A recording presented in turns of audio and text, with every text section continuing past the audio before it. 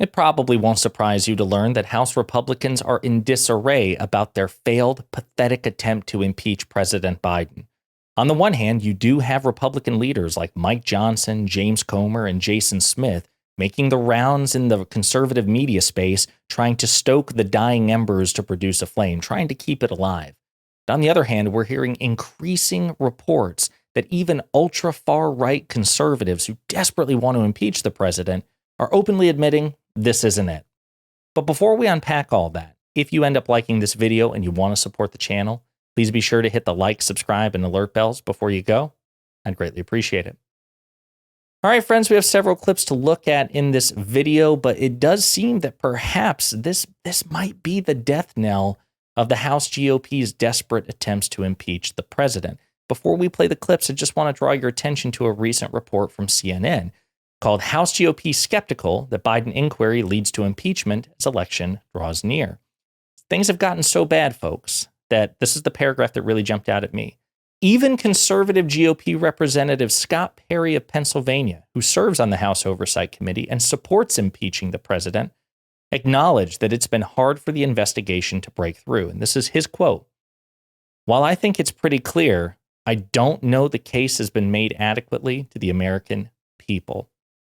Now, to put that in perspective, Scott Perry is this far-right lunatic who may indeed have been materially involved with the January 6th insurrection, who fought tooth and nail, desperate, sweating through his shirt to try to keep his cell phone and his private records away from the FBI and the House January 6th Select Committee as they were investigating such things. And he's like, dude, I want this so bad, but we really haven't made the case to the American people. And before I play the first clip, I want to emphasize that that's true.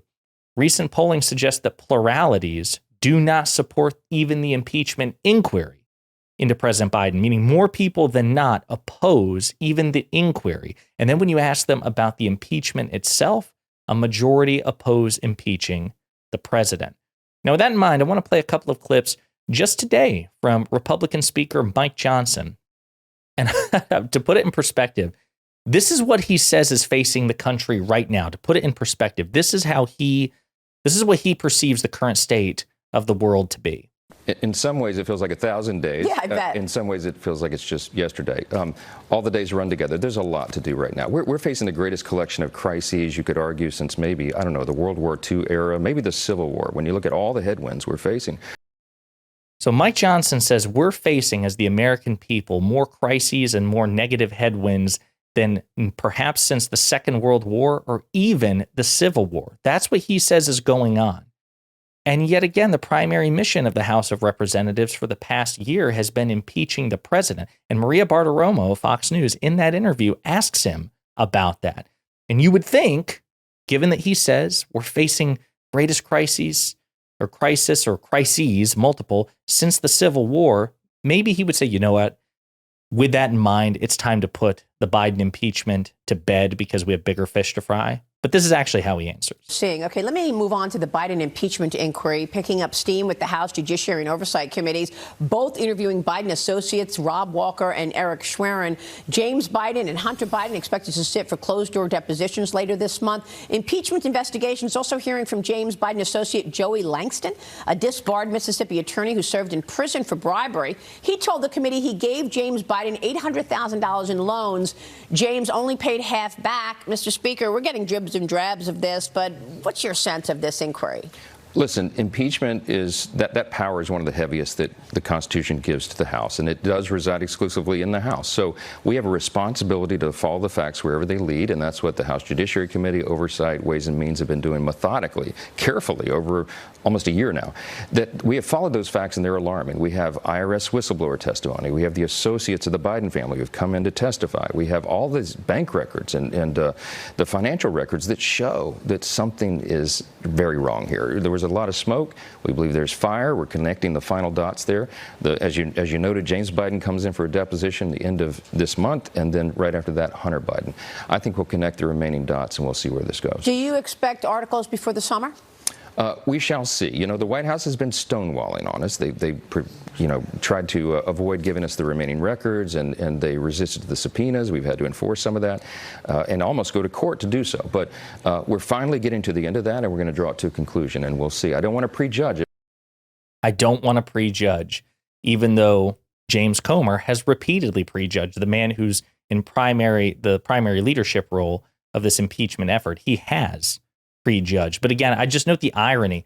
On the one hand, Mike Johnson says, listen, guys, we got to batten down the hatches. We are in perilous times. Not since the Civil War or maybe the Second World War have we been in such perilous times. Also, that one time Joe Biden as a private citizen repaid his son's truck loan payment, I'm pretty sure, as James Comr says, that makes him an agent of communist China. And so we need to impeach the president. These two things are incongruous. They do not align. He contradicts himself.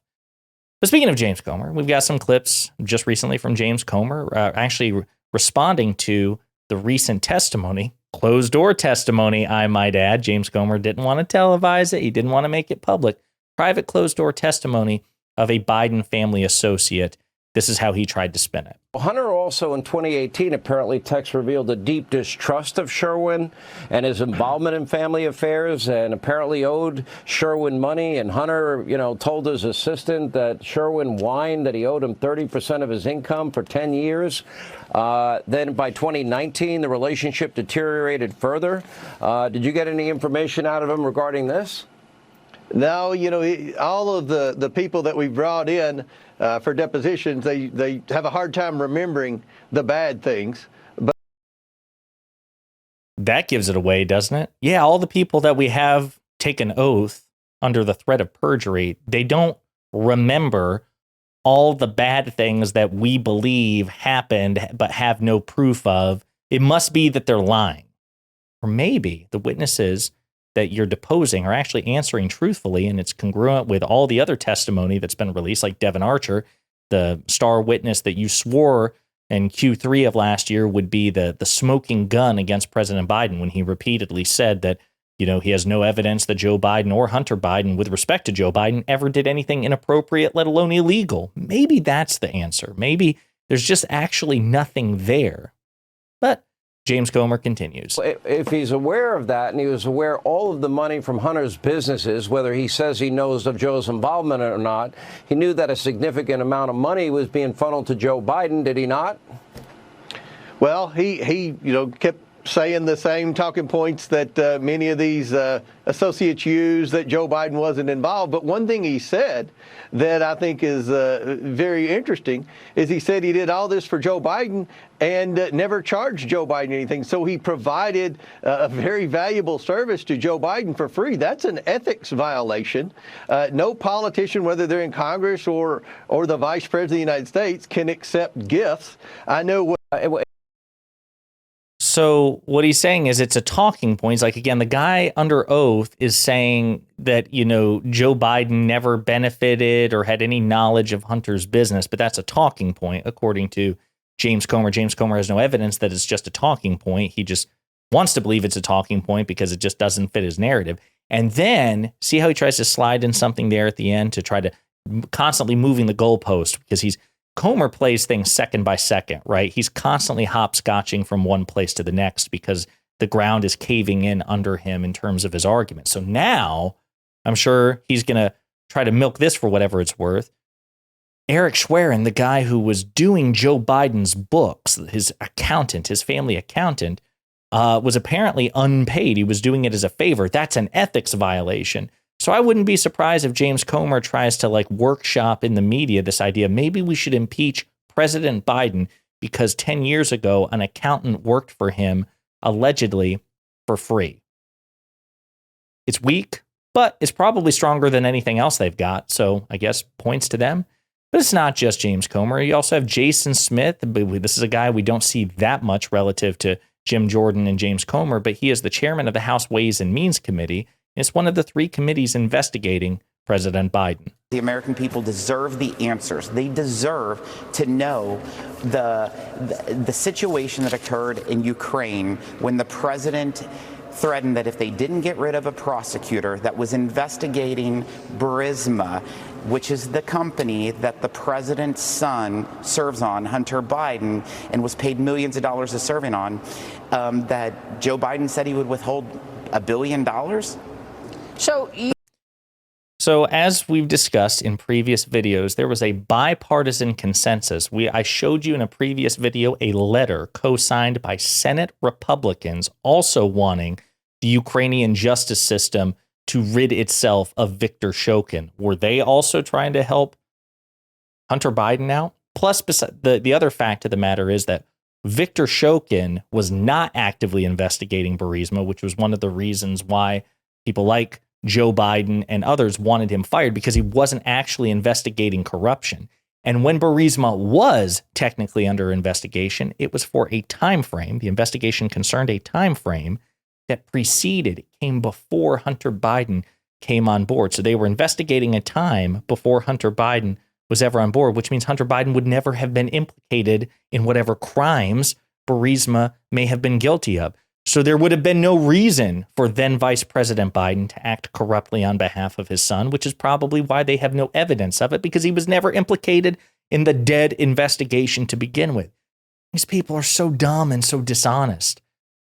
Speaking of dumb and dishonest, they were exposed by Jamie Raskin, the ranking member of the House Oversight Committee. He said, just like every other witness called by House Republicans, Eric Schwerin told the committee that he never saw evidence of any wrongdoing by President Biden and that President Biden was not involved in, did not profit from, and took no official actions in relation to his family's business dealings. Mr. Schwerin, who was previously interviewed by committee staff in March, voluntarily appeared again today to reiterate these basic facts. Quote, from 2009 to 2017, Mr. Schwerin performed a number of administrative and bookkeeping tasks for then Vice President Biden related to his household finances, which include helping then Vice President Biden and his accountants in the preparation of taxes and annual financial disclosure statements. In helping then Vice President Biden with his personal finances, Mr. Schwerin could see transactions into and out of the then Vice President's bank accounts. He confirmed he never saw any transactions or compensation going into then Joe Biden's bank accounts related to his family members' businesses, and so on and so on and so on. Folks, it is just one damn thing after another. They are a failure theater. The last thing I'll point out is right now, Republicans have a 2-vote margin. They can only afford to lose 2 votes at this very moment in an impeachment vote against President Biden. All they would need is a simple majority. And if they lose 2 votes, if they get 2 no votes, it's dead. It doesn't pass the House. And even if it does pass the House, as we've discussed, it will die an ugly, brutal death in the United States Senate. This is the weakest impeachment effort in the history of the United States, certainly against a president. And it's showing. It's showing because we're hearing report after report after report after report. We're hearing Republican witnesses contradict them. We're hearing Republican witnesses slam the effort. This is a joke. It's probably not going to go anywhere. If Republicans had any integrity whatsoever, they would just kill it now, the impeachment inquiry. But what they'll probably do is, again, just keep it on the back burner and try to use it for whatever political expediency they can wring from it as we head into the election. But this is how bad it is. They continue to embarrass themselves. Let me know what you think in the comments.